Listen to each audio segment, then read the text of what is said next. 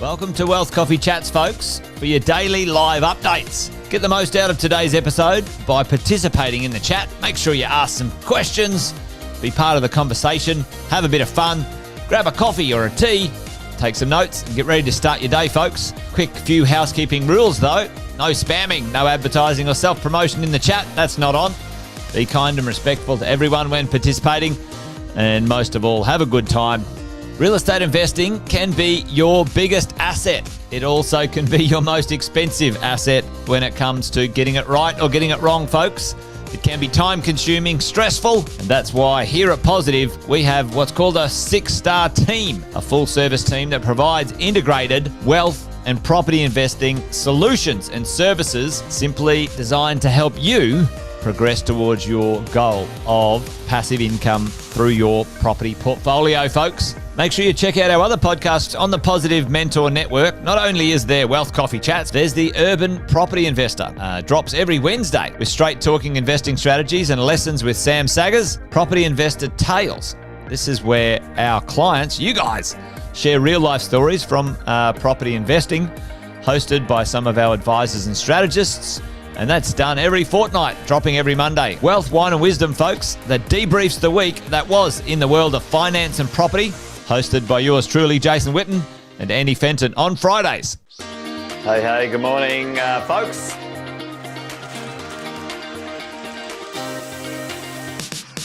Good morning, everybody. Welcome to another Wealth Coffee Chat. Hope you're well, folks, wherever you are. There it is, team. Morning. Morning, wherever you're tuning in from today. Early bird gets the worm, they say.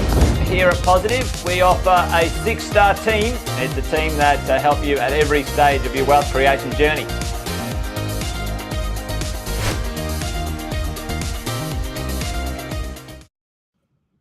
Morning, everyone. Happy Wednesday. Welcome to another Wealth Coffee Chats, property management edition here for your Wednesday, 3rd of September.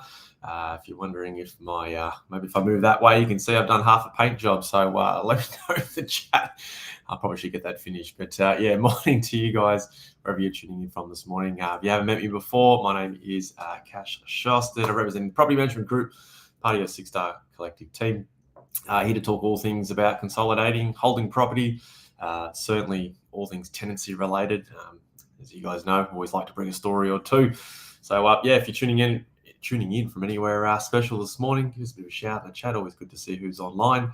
And we're going to get on with today's topic and lesson this morning, because today, something I'd share, and maybe you guys have gone through something like this, maybe you haven't. I thought we'd have a bit of a conversation this morning here on Wealth Coffee Chats. Vacate day disasters, what the smart investors are doing out there to safeguard their returns, safeguard their asset, safeguard vacancy, safeguard how they're going to maximize that rent on that next leasing campaign. As you guys know, we take a strategic approach and not as much of a reactive approach as possible. So a bit of a story this morning on that. So I'd love to know, listen, for everyone tuning in live this morning, if you've ever had a tenant vacate, leave the property and owed you rent, pop a yes in the chat. Would love to hear if that's you. Let me know maybe what the biggest challenge you've had as an investor when it comes to vacates, tenants leaving, tenancies turning over, renewing in that space. Caroline's on this morning. Good morning to you, Caroline. Hope you're well wherever you're tuning in from. I'm sure I want to say sunny Tasmania this morning. Hopefully it's sunny down there. I haven't checked this morning. I know you guys probably can't see it on the camera, but I've got the sun absolutely beaming in on my eyes on the right-hand side here. But morning in that space. So listen, if you've had a tenant vacate, they've owed you rent, you've had some sort of damage, disaster, let me know in the chat. Be good to know what your biggest challenges are when it comes to tenant vacating. But a quick lesson this morning, and I want to run you through a bit of a scenario, and hopefully we'll have a 3-4 step process of what to do next time. You guys can implement it into this portfolio in the event you ever get yourself in this situation. So I want to talk about, obviously, tenants vacating, and I want to talk a scenario where tenants vacated, they owe rent, you have found, or the property manager has found, significant damages in the property. Let's assume there hasn't been any bond clean done, right? So there's cleaning outstanding, And let's assume there's some rubbish removal and a few other bits and pieces as well. Justin's online. Morning to you, mate. Hope you're well.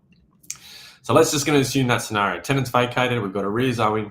We've got damages. We've got rubbish removal that needs to be done. And we've got outstanding cleaning. So, it's cold and overcast, Carol. No good. No good. Maybe that's good. I don't know. Maybe you like the cold. Not for me today, that's for sure. I'll take the sun.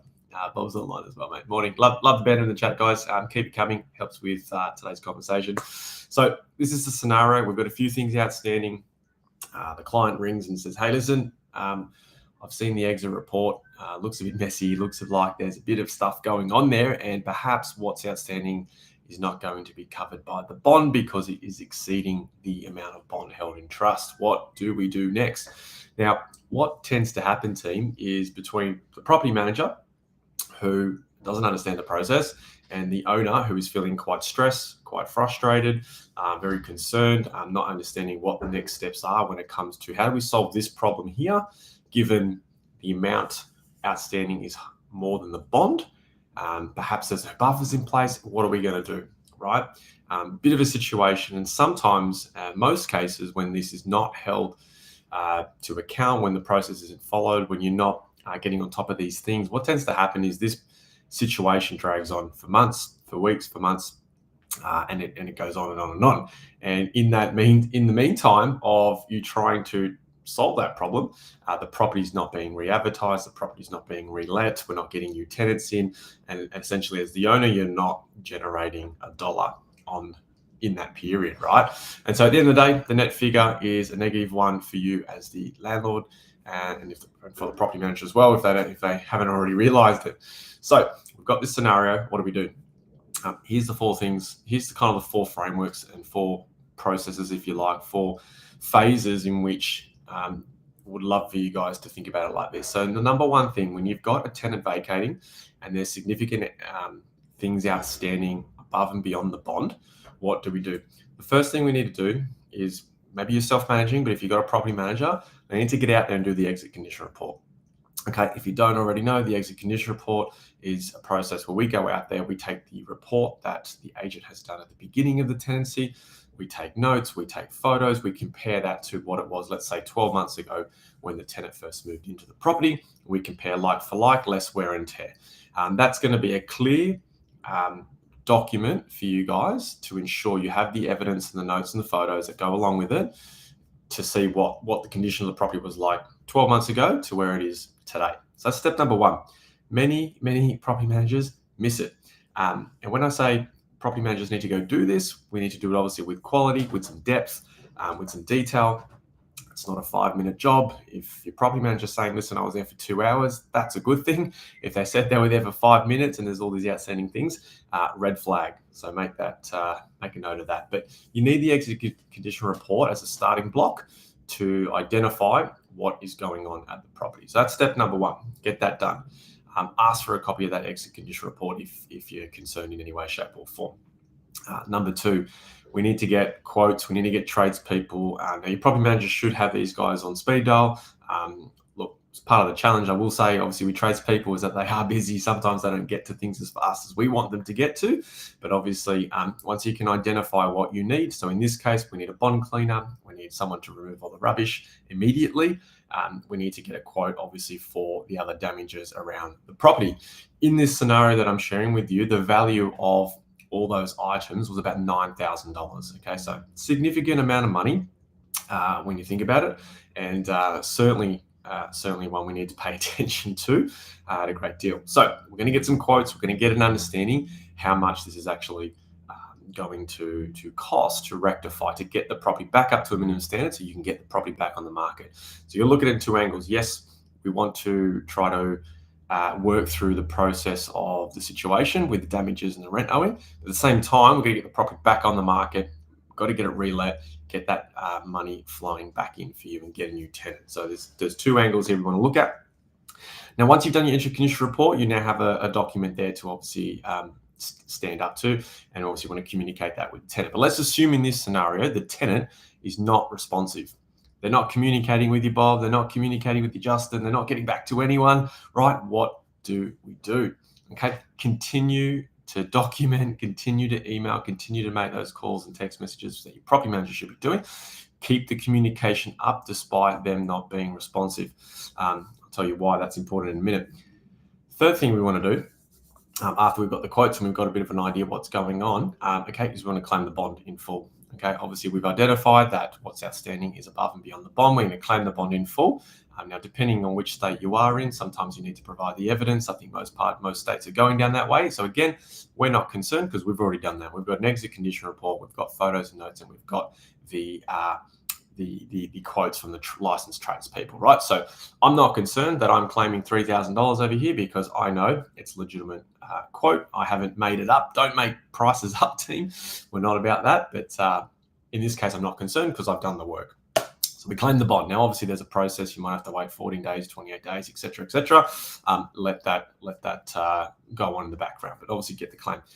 Now, the biggest thing that investors do, the smart ones, to safeguard their investment, to sort these outstanding issues out, is obviously landlord's insurance. There's two ways you can submit your insurance claim, team, and I'm going to give you the lazy version and I'm going to give you the smart strategic version, which I know all of you guys will do. So the lazy version of the property manager is we get the exit condition report, which, let's face it, they probably have done 50% of the job. We've got some quotes. They might be right, they might be wrong. We might have got one quote, and maybe insurance is probably going to ask us to get two, depending on the level of damage, right, and the amount. In this case, right, $9,000. So they might want to see another quote. When we submit the claim, I have two choices. I can just send an email and put all my documentation and say, hey, Mr. Landlord, Mr. Landlord's Insurance, like to make a claim, here it is, right? That's the lazy way out. We just flick an email, hope for the best. I don't like hoping for the best. I think there's much better way to do that. So what we want to do, let's reverse. We've now received the bond. Let's just say the bond is $3,000. I want to allocate that bond, that $3,000, to items outstanding against the tenant, tenant's ledger, or the tenant's invoices outstanding for the items, against items that is not covered on our client's landlord's insurance. For example, if I had $3,000 claimed on the bond and the tenant owed $9,000, and of that $9,000, $3,000 was rent, I'm not going to take the $3,000 in bond and allocate it to the $3,000 in rent outstanding. Why would I do that? I'm not going to do that, but this is what happens, right? People will allocate that bond to the rent, then they'll submit the claim for the $6,000 difference. Unfortunately, there might be some items like cleaning, like rubbish removal, like a few other things that insurance might deem to be wear and tear that they will not cover, and therefore you won't get that full amount back. However, on most good and great landlord's insurance policies, they cover rent arrears up to 6, 8, sometimes 20, 24 weeks, in which case I'm going to take that $3,000. I'm going to allocate $500 towards the cleaning. I'm going to allocate another $500 towards the rubbish removal. I'm going to allocate the other $2,000 to maybe outstanding water invoices and towards the damages there as compensation to the landlord, right? What we do with that money, we're going to allocate that accordingly to what we need to do. Once I've done that, I can then show landlord's insurance, hey, Mr. Insurance, we've exhausted the bond. Here's where we've assigned it. Here's where we've allocated it. This is the difference now. Now the insurer can assess the full arrears owing along with the damages, right? Which, if you look at your landlord's insurance policies, you've got accidental and malicious damage. So obviously policy to policy may differ. Check your policy. But that's how I would do it. Not the one email, the lazy way out, and say, hey, you suss it out, you sort it out, you let me know how much you're willing to give me. That's the lazy way out, team. So what I would say is, remember the phases. If you're in a situation where a tenant's vacate, we want to get the exit condition report done. You want to see a copy of that. You want it detailed. You want it to be thorough. If they say they've been there for 5 minutes, red flag, team, right? Get the quotes. Obviously, having good tradespeople is important. We're going to claim the bond in full. And when we submit the claim, have a strategy around how you're going to submit that claim. So that's what I would say. You want evidence-based stuff. You want to make sure you allocate that bond to non-claimable items, not your rent cover. Just reverse it in that scenario. So Bob says he's been in this exact situation. Hopefully you applied these 4 things, Bob, and you got out okay, hopefully. But that's it for this morning, team. I thought I'd just run through that in a quick little lesson on how to safeguard your investment when it comes to those unfortunate vacates that those vacate disasters that happen from time to time. Is it inevitable? Can we stop it? Potentially not in some cases, but certainly what we can do is have the right framework in place to keep you safe. And part of that is your landlord's insurance. Part of that is your property manager's exit vacate strategy and process. So there's certainly some things there. We don't want to. We choose not to be lazy. We choose to be proactive. We choose to be strategic, safeguarding your investment. In this scenario that I'm saying, it was a $9,000 claim. Thankfully, the owner's going to get majority of that back, which is fantastic. The owner can move forward and not be stressed, not be as frustrated. We can move on. We can get the next tenant. So that's it for a Wealth Coffee Chat on a Wednesday, team. Thanks for playing along. Don't forget, 8:10 tomorrow, financial planning team will be back online, and I'm sure they'll have a lesson or two. So definitely tune in for that. Bring your questions. I'm sure Alex and Andy and the team will love that. So that's it for now. You guys have a good Wednesday. Bye for now. Thanks for watching another episode of Wealth Coffee Chat, folks. Make sure you like, subscribe, and turn on your notifications so you never miss a thing when we go live. Improve your portfolio and investing game, folks, with Wealth Coffee Chats live every morning at 8:10 each weekday. Make sure you join us. Previous episodes are also available wherever you get your podcasts, folks, as well as our other podcasts from the 6-Star team here at positivementor.com.au.